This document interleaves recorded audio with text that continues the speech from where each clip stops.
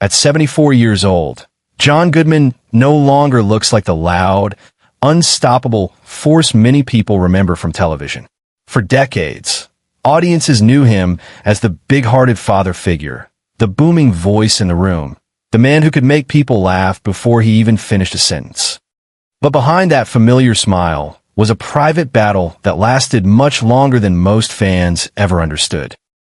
And now, looking back over a career that stretched across sitcoms, blockbuster films, cult classics, and emotional television reunions, Goodman's deepest regret seems painfully clear.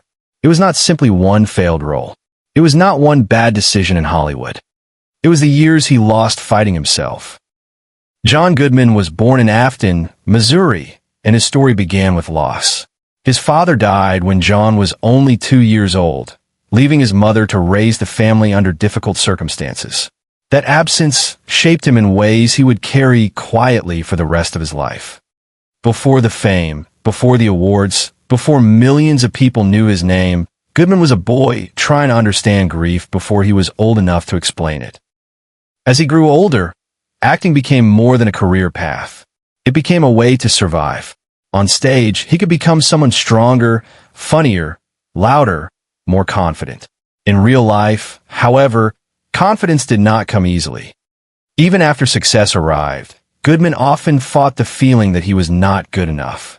That fear would follow him from small theaters to the biggest sets in Hollywood. Then came Roseanne. When Goodman stepped into the role of Dan Connor, everything changed. Dan was not a perfect father, and that was exactly why people loved him.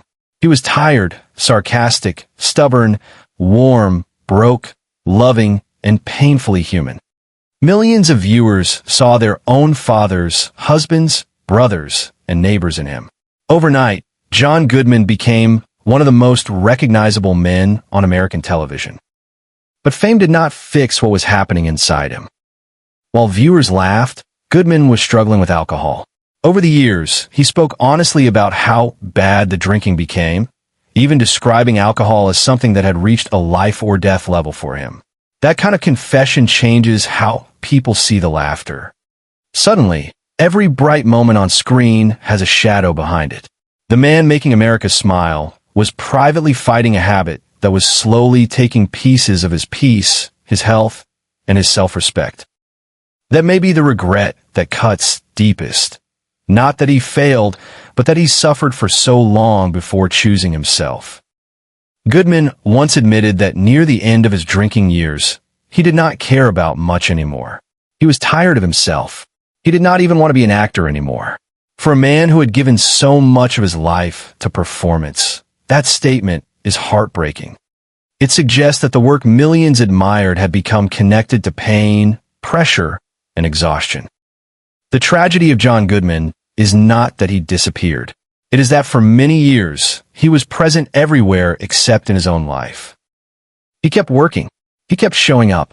He gave unforgettable performances in films like The Big Lebowski, Barton Fink, Monsters Incorporated, Argo, and 10 Cloverfield Lane. He became one of those rare actors who could move between comedy and menace, warmth and darkness, without ever seeming false. But the more he proved himself to audiences, the more he seemed to battle the fear that he still had something to prove to himself. That fear did not vanish with age. In a 2024 appearance on the Smart Less podcast, Goodman spoke about professional stress, losing trust in himself, and practically having a nervous breakdown. Those words were shocking because they came from a man many people assumed had nothing left to prove. He had fame. He had respect. He had longevity.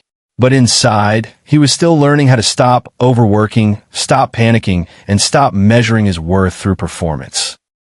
That is what makes his story so powerful. Goodman's regret is not wrapped in scandal. It is quieter than that.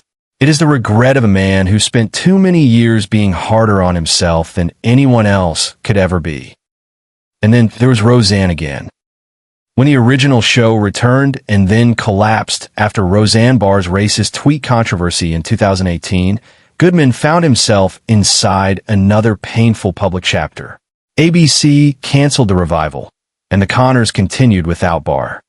Years later, Goodman said he had not spoken to Barr in 7 or 8 years and doubted whether she wanted to talk to him. For fans who remembered their electric chemistry, that distance felt like the end of an era. But perhaps the saddest part is that Goodman's face always carried more than one emotion. He could smile while looking wounded. He could joke while seeming tired. He could play a father, a monster, a villain, or a broken man. And somehow, every role felt like it contained a piece of truth.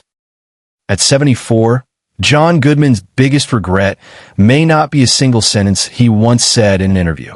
It may be the realization that life moves quickly, even when pain makes it feel slow. The lost years, the self-doubt, the drinking, the fear, the moments when success was standing right in front of him, but he could not feel it. And yet, his story is not only tragic. Because Goodman survived the years that could have destroyed him. He got sober. He kept working. He changed his health. He faced the mirror and kept going. But the question remains, after everything John Goodman gave to the world, what did it cost him to become the man everyone loved? For John Goodman, survival did not come with one dramatic Hollywood moment. There was no perfect scene where the music rose, the pain vanished, and everything became easy. Real survival was quieter. It was waking up, choosing not to drink, choosing to work, choosing to be present, and choosing to face the same old fears without letting them run the entire show. That is what makes his later years so moving. Because Goodman did not simply get older. He became a man who had to rebuild himself while the public was still watching. Every interview, every photograph, every role carried the weight of comparison. People remembered the younger Goodman, the larger-than-life Goodman, the man who seemed impossible to break. But time had changed him. Sobriety had changed him. Weight loss had changed him. Experience had changed him. And underneath all of that, regret had changed him too. When fans saw him after his transformation, many focused on his appearance. They talked about how different he looked, how much weight he had lost, how disciplined he must have become. But the deeper change was not only physical. It was spiritual, emotional, personal. Goodman had spent years living in a cycle that nearly consumed him. So when he began to take care of himself, it was not about vanity. It was about staying alive long enough to enjoy the life he had almost lost. Still, change does not erase memory. A man can become sober and still remember the nights he wishes had never happened. He can become healthier and still remember the damage he did to himself. He can smile for cameras and still feel the ache of wasted time. That is the painful truth about regret. It does not always disappear when life improves. Sometimes it becomes clearer because the man looking back finally understands what was at stake. For Goodman, the regret seems tied to time. Time he could have spent feeling joy. Time he could have spent being easier on himself. Time he could have spent believing he deserved the success that came his way. Instead, so much of his life was marked by pressure, anxiety, and the private belief that he was somehow failing, even when the world was applauding. That contradiction followed him for decades. On screen, he often played men who carried heavy emotional weight. Dan Connor was funny, but he was also exhausted. Walter Sobchak in The Big Lebowski was outrageous, but underneath the comedy was rage and damage. In 10, Cloverfield Lane, Goodman showed a terrifying darkness that reminded audiences how powerful he could be when he stepped away from warmth and comedy. He had a rare gift. He could make audiences feel safe and then suddenly make them feel afraid. Maybe that range came from the fact that Goodman understood both sides of human nature. He knew tenderness. He knew anger. He knew shame. He knew what it meant to lose control and what it meant to fight for control again. But Hollywood is not kind to aging actors, especially actors who built their careers on being familiar, comforting, and dependable. The industry loves reinvention, but it also traps people inside old images. For years, Goodman was Dan Connor to millions. No matter how many films he made, no matter how many different characters he played, that blue-collar television father followed him everywhere. And yet, he never seemed bitter about the love people had for that role. If anything, Dan Connor became part of his legacy because the character represented something rare on American television. A working-class father who was flawed but not disposable, funny but not stupid, emotional but not weak. Goodman gave Dan a soul. He made him feel real. That may be why the revival years were so complicated. Returning to a beloved role can be dangerous. It forces an actor to stand beside his younger self. It asks the audience to compare decades in a single glance. For Goodman, returning to that world meant stepping back into a family that America remembered with affection, but also stepping into the tensions and controversies that surrounded the revival. When Roseanne collapsed and The Conners had to continue without its original center, Goodman remained.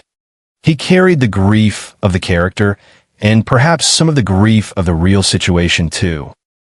There was something haunting about watching Dan Connor continue after Roseanne was gone. Fiction and reality seemed to blur. The show had lost a character. The cast had lost the old version of what they once had. Fans had lost the illusion that television families remain untouched by time. And Goodman, standing in the middle of it all, had to keep acting. That is what professionals do. They keep going. But keeping going is not the same as being untouched. By the time Goodman reached his 70s, his face had become a map of everything he had endured. The humor was still there. The voice was still unmistakable. The warmth still came through. But there was also a softness that felt different from his earlier years. He seemed less interested in pretending life had been easy. Less interested in hiding the bruises. Less interested in performing invincibility. And maybe that is why his regret feels so human. He does not come across as a man regretting that he failed to become famous enough. He became famous. He does not seem like a man regretting that he never got respect. He earned respect from audiences, directors, and fellow actors. His regret feels more personal than professional. It feels like the regret of someone who finally understands how much peace he sacrificed while chasing survival. The saddest part is that many people loved him at the very moment he struggled to love himself. They saw the laughter. They saw the charm. They saw the giant presence that filled every scene. But they did not see the private exhaustion. They did not see the battles after the camera stopped. They did not see the man wondering whether he could keep doing this, whether he still had anything left, whether he was strong enough to continue. At 74, John Goodman's story is not just about fame. It is about the cost of hiding pain behind talent. It is about the years a person can lose while everyone else thinks they are winning. And it is about the quiet courage it takes to admit, after a lifetime of applause, that the hardest battle was never with Hollywood. It was with himself. The hardest thing about John Goodman's journey is that his regret was not born from failure. It was born from success that he could not fully enjoy. There is a special kind of sadness in that. Many people spend their lives chasing one big break, one opportunity, one chance to be recognized. Goodman received that chance and turned it into a career most actors could only dream of. He became trusted. He became beloved. He became the kind of performer who could enter a scene and immediately change the temperature of it. But inside, success did not always feel like peace. That is the part many fans find heartbreaking. Goodman was never just fighting for roles. He was fighting against the voice inside him that questioned whether he deserved any of it. No award, no applause, no famous director, and no fan reaction could completely silence that voice. For years, he carried it with him, even when the world saw him as one of the most dependable actors in America. And when a man carries that kind of pressure for decades, something eventually breaks. For Goodman, the breaking point was not one public scandal or one career-ending disaster. It was quieter and more dangerous. It was the slow erosion of joy. The feeling that work had become frightening instead of fulfilling. The sense that every role carried the possibility of failure. He had spent so long being the man everyone could count on that he forgot how to give himself permission to be tired. That is a heavy burden. Because John Goodman's gift was always tied to emotional honesty. Even in comedy, there was truth in his face. When Dan Connor sat at the kitchen table, exhausted from bills and family problems, audiences believed him. When he laughed, it felt real. When he got angry, it felt real. When he looked wounded, it felt painfully real. Goodman did not just play characters. He made viewers feel as though those characters had lived full lives before the camera ever found them. But that gift came at a cost. To bring that much truth to a role, an actor often has to reach into places that are not comfortable. Goodman seemed to understand men who were tired, ashamed, angry, loving, frightened, and trying to hold everything together. Maybe that is why his performances stayed with people. He was not polished in a distant Hollywood way. He felt familiar. He felt like someone who had actually carried groceries, paid bills, lost sleep, made mistakes, and still tried to show up the next morning. That made him beloved. But being beloved can become its own kind of cage. People wanted John Goodman to be warm. They wanted him to be funny. They wanted him to be the big presence who made everything feel all right. Yet real people are not always what audiences need them to be. Behind the public image was a man who had known grief since childhood, addiction in adulthood, and self-doubt even after fame. That is why his later honesty matters.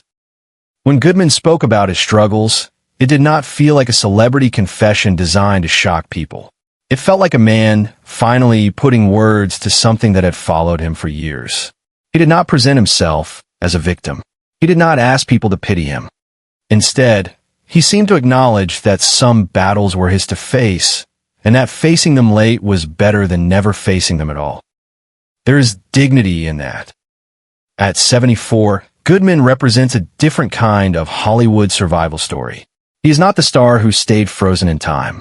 He is not the actor pretending age never came. He is not trying to erase the lines from his face or rewrite the painful chapters of his life. Instead, he stands as proof that survival can look imperfect, quiet, and deeply human. And perhaps that is what makes his regret so moving. He cannot go back and become sober sooner. He cannot go back and comfort the younger version of himself who felt unworthy. He cannot go back and reclaim every day that was swallowed by fear, alcohol, or anxiety. He cannot undo the years when he was loved by millions but privately lost. That time is gone. But what he can do is live differently now. That is where the tragedy begins to turn into something more complicated. Goodman's story is not only about what he lost. It is also about what he saved. He saved his career when it could have collapsed. He saved his health when it could have continued declining. He saved his relationships with the work, the audience, and himself. Most importantly, he saved the possibility of peace. Peace may not sound dramatic, but for a man who spent years battling himself, peace is everything. Still, peace does not always arrive cleanly. It comes with memories. It comes with apologies that may never be spoken perfectly. It comes with private moments when the past returns without warning. It comes with the knowledge that some damage can be healed but not erased. Goodman's regret, then, is not a single wound. It is a scar, visible in the way he talks about his past, visible in the way he carries himself, visible in the humility of a man who knows he almost lost more than fame. Fans often talk about his transformation as though it is only about weight loss or aging. But the real transformation is deeper. John Goodman became a man who stopped running from the truth. He became someone willing to admit that laughter did not protect him from pain. He became someone who understood that being successful is not the same as being well. And that is the lesson at the center of his story. For decades, John Goodman gave audiences comfort. He made people laugh after difficult days. He gave shape to characters who felt like family. He became part of the emotional memory of millions of homes. But behind that comfort was a man searching for his own. At 74, when he looks back, the regret is not hard to understand. He regrets the years he was not fully present. The years when fear had too much power. The years when the bottle seemed louder than the future. The years when he could not see himself the way audiences saw him. But he is still here. And sometimes that is the most powerful part of the story. But being still here did not mean John Goodman escaped the consequences of everything he had been through. That is the part of his story that feels most honest.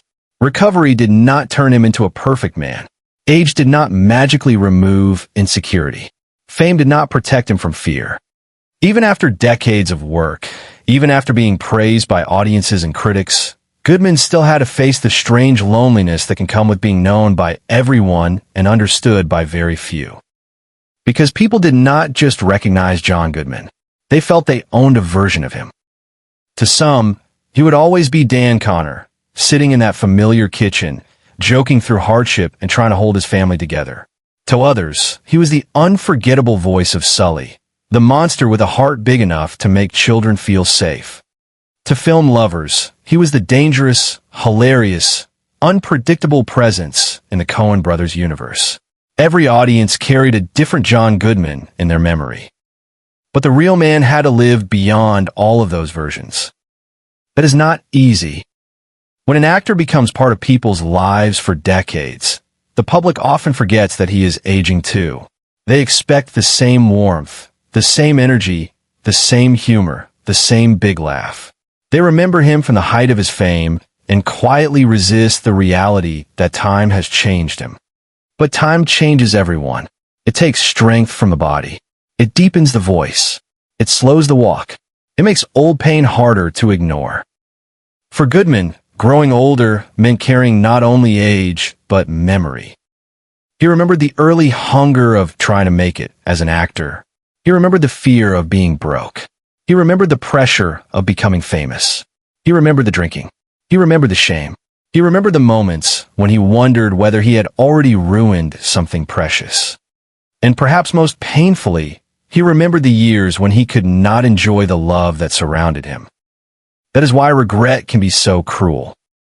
It does not always arrive as one dramatic confession. Sometimes it arrives in silence, in the quiet after an interview, in the pause before walking onto a set, in the look of an old photograph, in the realization that the younger man in the picture was already hurting, even while everyone around him thought he had everything. And yet, Goodman's regret does not make his life a failure. It makes his survival more meaningful. Because he could have disappeared into bitterness. He could have become one more Hollywood story about talent swallowed by addiction, ego, and exhaustion. He could have allowed shame to define the rest of his life. Instead, he kept choosing the harder path. He stayed sober. He returned to work. He accepted that healing would not be quick. He let the public see him change. That kind of courage is not loud. It is not the kind of courage that gets a standing ovation in the moment. It is private courage, daily courage. The courage to admit that yesterday was not good, but tomorrow can still be different. The courage to look at damage without pretending it was harmless. The courage to keep living when regret tries to convince a person that the best years are already gone. For John Goodman, the best years may not mean the loudest years. Maybe they are not the years of massive ratings, red carpets, or career-defining roles. Maybe the best years are the quieter ones, when a man can wake up sober, move through his day with a little more peace, and understand that he no longer has to punish himself for being human. That is a different kind of victory. But the shadow of Hollywood still lingers over his story. The industry celebrates performers when they are useful, but it rarely knows what to do with their pain.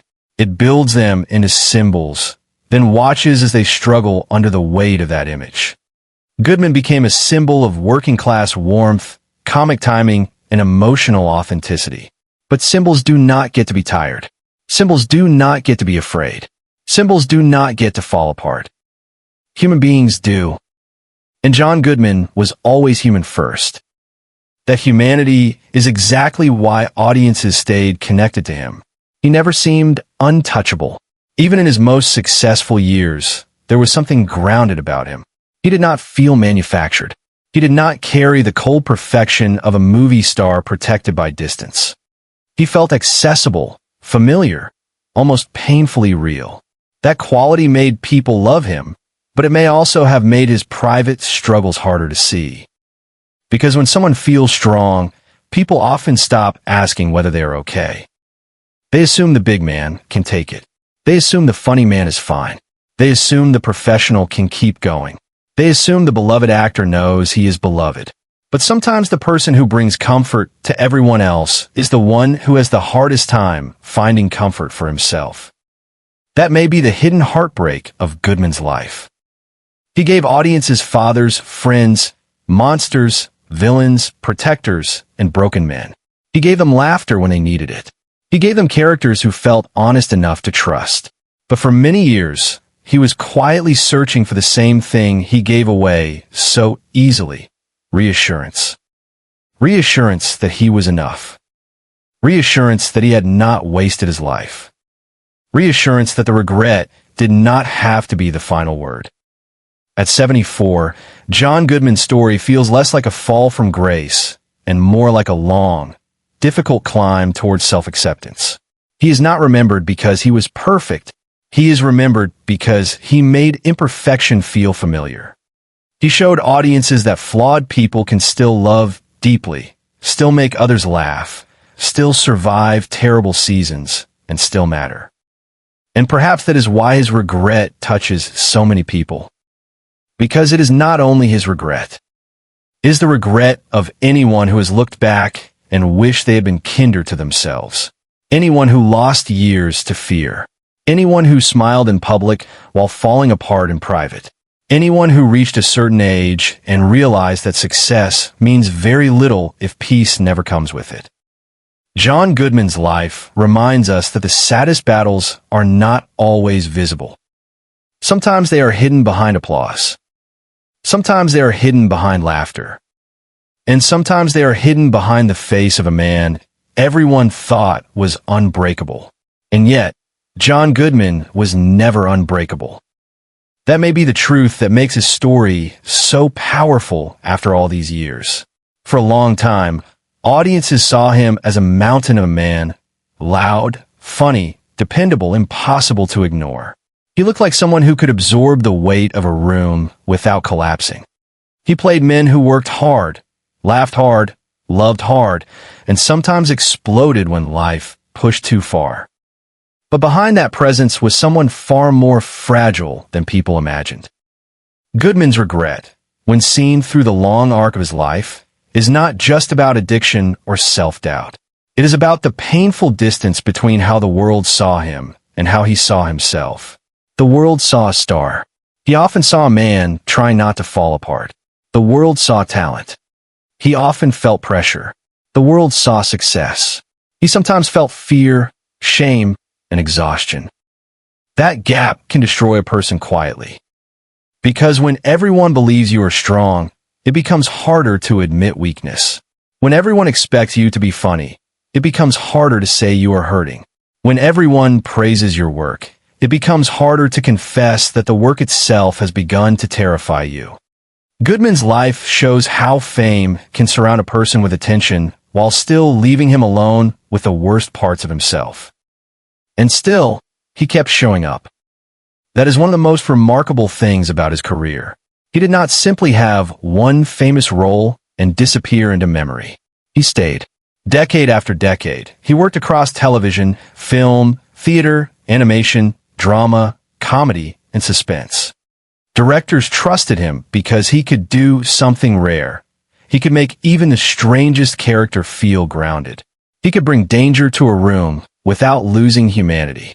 He could make a line funny without making it cheap. He could make silence feel heavy. That kind of talent does not come from pretending life is simple. It comes from knowing that people are complicated. Goodman understood complicated men. Men who loved their families but failed them. Men who wanted peace but carried anger. Men who seemed powerful but were deeply afraid. Men who laughed because the alternative was breaking down. Perhaps he understood them because some part of him recognized those contradictions in himself.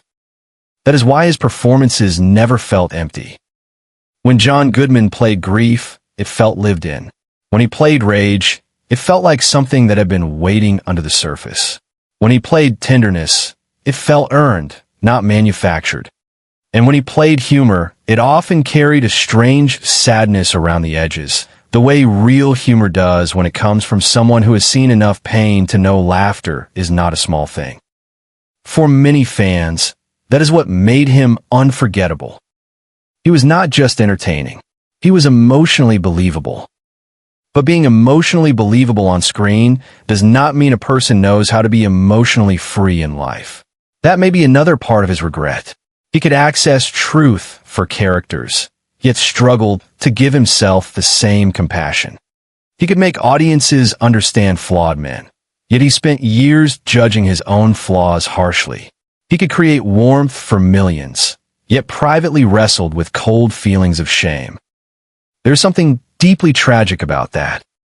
But there is also something redemptive. Because Goodman's later life suggests that a person does not have to solve everything it wants to change. He did not erase the past. He did not become a different person overnight. He did not step into old age without scars. Instead, he continued forward with the scars visible. He allowed his story to become more than the polished version Hollywood often prefers. He became honest. And honesty, in a career built on performance, can be the hardest role of all.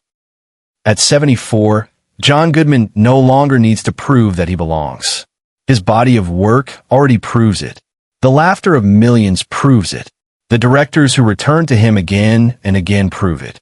The fans who still speak about Dan Connor like a real person prove it. The children who grew up hearing his voice as Sully prove it. The film lovers who still quote his wildest characters prove it. But perhaps the real question is not whether the world believes in John Goodman. Perhaps the real question is whether John Goodman finally learned to believe in himself. That is where the emotional weight of his regret becomes almost universal. Because many people reach later life and realize they spent too many years waiting for permission to feel worthy. They waited for success. They waited for approval. They waited for someone else to tell them they had done enough. But no outside praise can heal a wound that lives inside the mind. Goodman's journey reminds us that applause is not the same as acceptance. A person can be loved and still feel lonely. A person can be admired and still feel ashamed. A person can be successful and still wake up afraid. A person can have a legacy and still wonder whether he lost too much along the way. That is why his story does not feel like a simple celebrity biography. It feels like a warning. Not a cruel warning, but a human one. It tells us that ignoring pain does not make it disappear. Laughing through damage does not heal it. Working harder does not always silence fear. And waiting too long to face the truth can leave a person looking back at years that should have been lived more gently. Still, Goodman's life also offers a kind of hope. Because even after regret, there can be recovery. Even after shame, there can be honesty.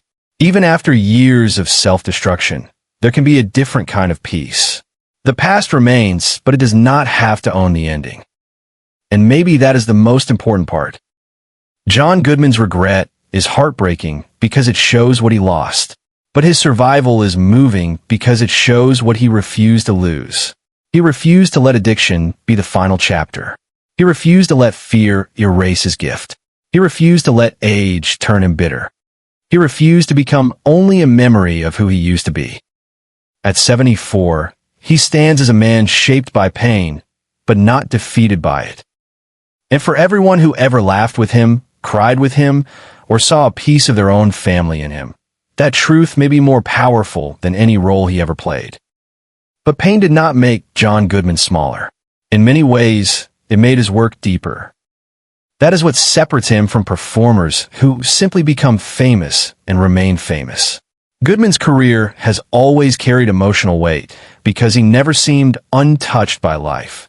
Even when he was making people laugh, there was a kind of gravity behind him. He looked like a man who understood bills, grief, embarrassment, family arguments, second chances, and the heavy silence that comes after someone says the wrong thing. That was his magic. He could make ordinary pain feel important. In Hollywood, where so many stories are built around beauty, youth, and impossible perfection, Goodman represented something different. He represented the flawed adult, the tired father, the loyal friend. the unpredictable neighbor, the man with a temper and a heart, the person who did not always know how to say the right thing, but still wanted to be loved. That kind of character is harder to play than it looks, because it requires an actor to be vulnerable without begging for sympathy. Goodman mastered that balance.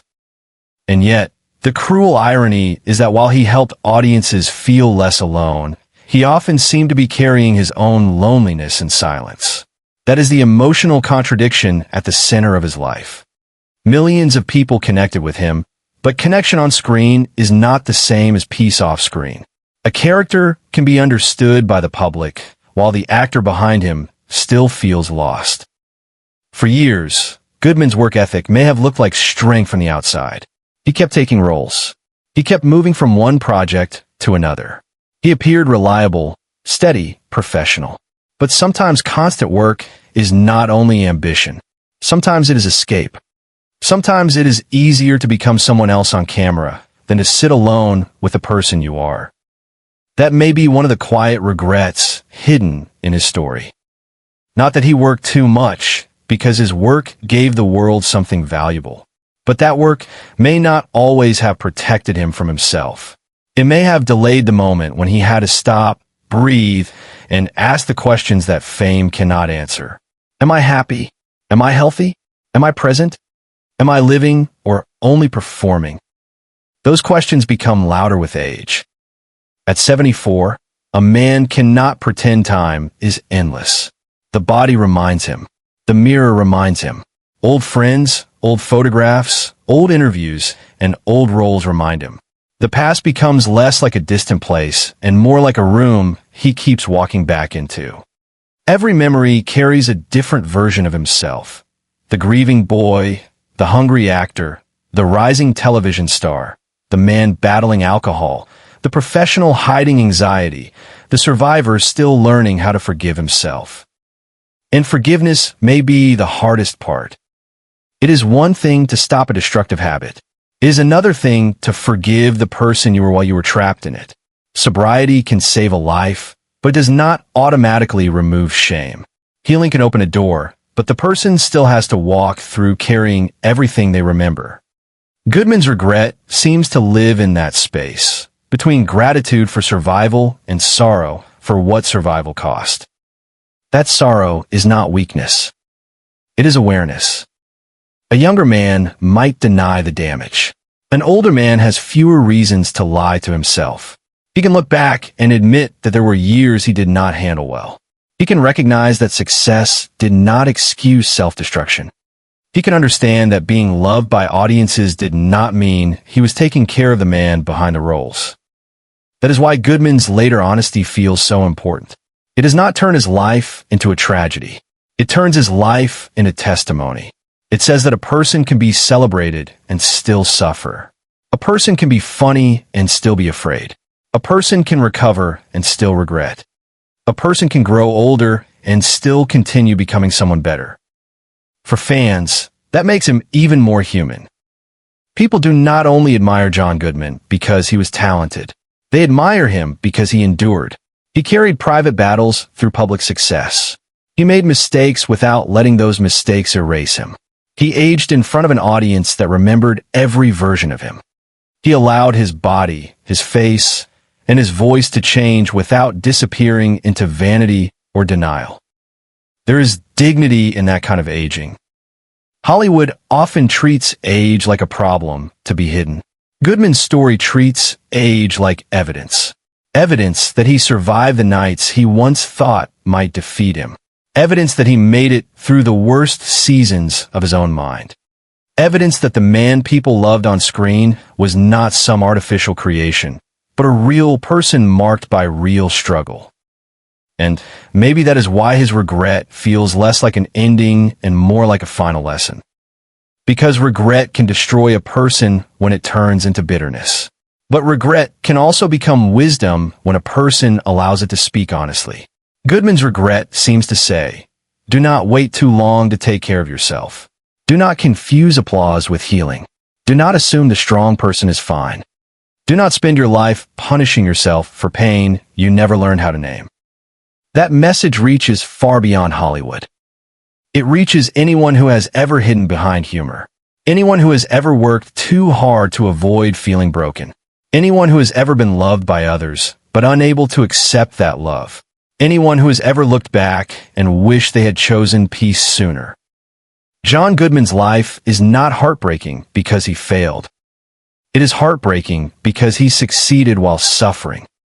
And it is inspiring because he survived long enough to understand the difference. At 74, he is no longer just the actor from Roseanne or the voice from Monsters Incorporated or the unforgettable presence in so many films.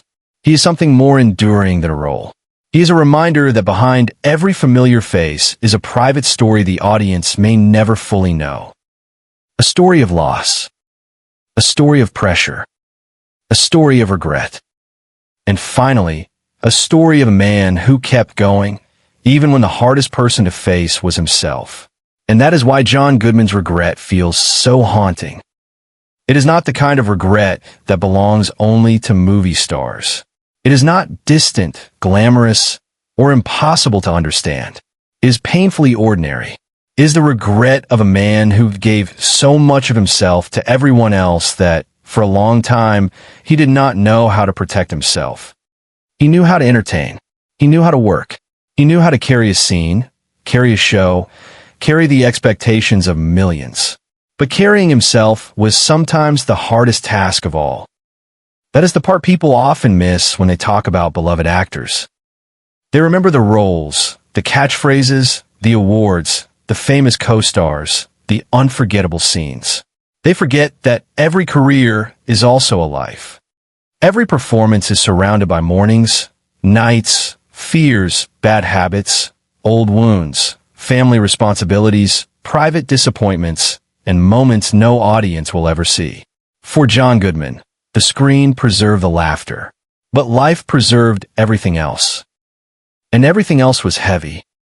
As the years passed, Goodman became more than a familiar face. He became a kind of emotional landmark. People who grew up watching him became adults. Adults who watched him became parents. Parents who watched him grew older. His career stretched across generations, which means millions of viewers did not just see him age. They aged with him. That gives his story a rare intimacy. When fans look at John Goodman now, they are not only looking at him, they are looking at their own memories. They remember living rooms, old television sets, family dinners, late-night movies, childhood laughter, and the strange comfort of seeing someone familiar on screen. Goodman became part of the background of people's lives, and that is a powerful thing. But it also means that when his pain becomes visible, it touches something personal. Because if someone who seemed so strong was struggling, then perhaps strength was never what people thought it was. Maybe strength is not the absence of regret. Maybe strength is admitting that regret exists and still refusing to let it be the ending. That is what makes Goodman's survival so meaningful. He did not become a symbol of perfection. He became a symbol of endurance. His story does not say, do everything right. It says, even after doing things wrong, you can still choose differently. That message matters more than any polished Hollywood myth. The tragedy is that he had to suffer to reach that wisdom. The beauty is that he reached it at all. At 74, Goodman carries a legacy that is difficult to measure. Some actors are remembered because they were glamorous. Some are remembered because they were controversial. Some are remembered because they burned brightly and disappeared quickly. Goodman is remembered because he stayed real. Even when playing exaggerated characters, there was always something human underneath. Something bruised. Something warm. Something recognizable. He made people believe him. That may be the greatest compliment an actor can receive. And yet, belief from the audience did not always translate into belief in himself. That is the cruel divide his story keeps returning to. Everyone else could see his talent. Everyone else could feel his presence. Everyone else could understand that he belonged. But a person can be surrounded by proof and still doubt the truth. That kind of doubt is exhausting. It steals joy from achievement. It turns praise into pressure. It makes every success feel temporary and every mistake feel permanent. It convinces a person that rest must be earned again and again. It makes peace feel suspicious. For someone like Goodman, who built a life in a brutal industry, that doubt could become almost unbearable. So perhaps what he regretted most was not one event, but the long years spent believing the wrong story about himself. The story that he was not enough. The story that he had to keep proving his worth. The story that pain could be managed as long as nobody saw it. The story that alcohol, work, or laughter could cover what needed to be healed. Those stories cost him time.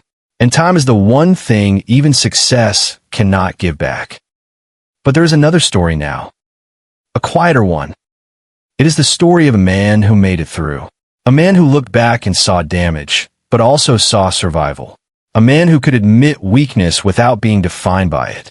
A man who understood that regret is painful because life mattered. If the lost years meant nothing, they would not hurt. They hurt because somewhere inside, Goodman knew he deserved better than the pain he accepted for too long. That realization can break a person, or it can change him. For John Goodman, it seems to have done both. It broke the illusion that success was enough. It broke the silence around his struggles. It broke the old pattern of pretending he could keep going without consequence. But it also changed the way people saw him. Not as less impressive, but as more human, more honest, more complete. And maybe that is the final gift of his regret. It allows audiences to love him not only for the characters he played, but for the man who survived behind them. It reminds people that laughter does not erase sorrow, that fame does not cure insecurity, that aging does not remove the past, and that even a man who seemed larger than life could still be fighting for the simple right to feel at peace. At 74, John Goodman's story is no longer just about what he achieved. It is about what he overcame. It is about what he lost and what he saved. It is about the painful truth that the man who brought comfort to millions spent years searching for comfort inside himself. And maybe after all the roles, all the applause, all the mistakes, and all the regret, that is what makes his life so unforgettable. John Goodman was never unbreakable. He was broken, repaired, tested, changed, and still standing. And sometimes that is the most heartbreaking kind of hero there is.